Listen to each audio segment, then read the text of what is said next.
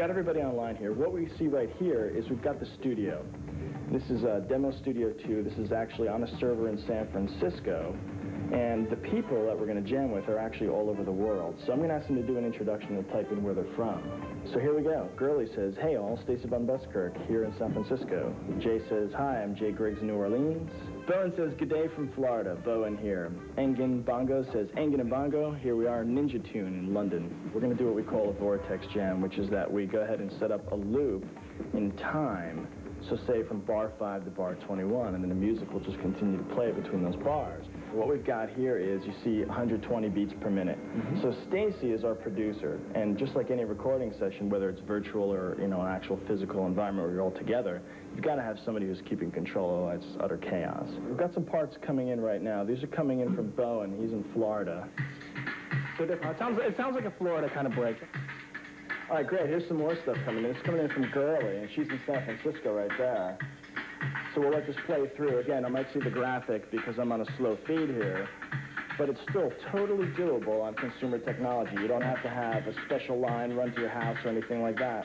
Before this technology, working on your computer making music meant doing it by yourself or having people over and all trying to squeeze onto the keyboard, and that doesn't work very well. With this technology, we can all sit around and look at the same music and hear the same music and all work on the same files at the same time.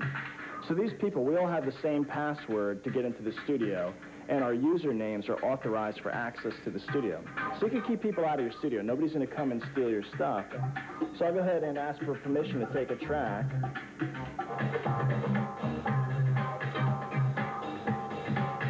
Okay, great. I just got that little bit there. That's good Now enough. what I'll do is I'll go in and kind of edit it. So nobody sees this yet. Nobody hears it. So we're going to make you absolutely brilliant before we send you across. So now we've got this part, and I'm going to ask them if it's okay for me to update it. So we're just going to choose under Modules, Res Rocket, Update Server. So now at this point, it's going to go ahead and ask us, well, how do you want to send this? Well, let's use the ever-popular MP3, and we will squash it down. So this is like 21:1 compression, probably. It's going to compress the audio. It's going to shoot it across to everybody. Okay, Girly says wicked. She likes your part. All right, I'm in with Girly. So what we're going to do at this stage of the game is, okay, we've got some tunes laid down.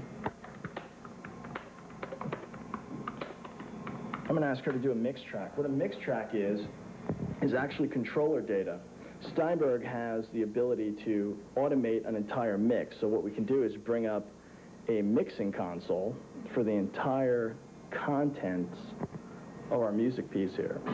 So it's as if somebody else is mixing the music for me, and that, in fact, is what's happening. You see some mutes going up there, some effects lighting up. All the information is stamped onto the track as it goes out. So in other words, that's part of our API that gets written into Steinberg's Cubase software, and that takes care of all that for you. So you don't have to do anything. You don't have to say, hey, this came from Neil in Toronto on track 1 between bar 5 and 21. You just send it across, and it's already taken care of for you.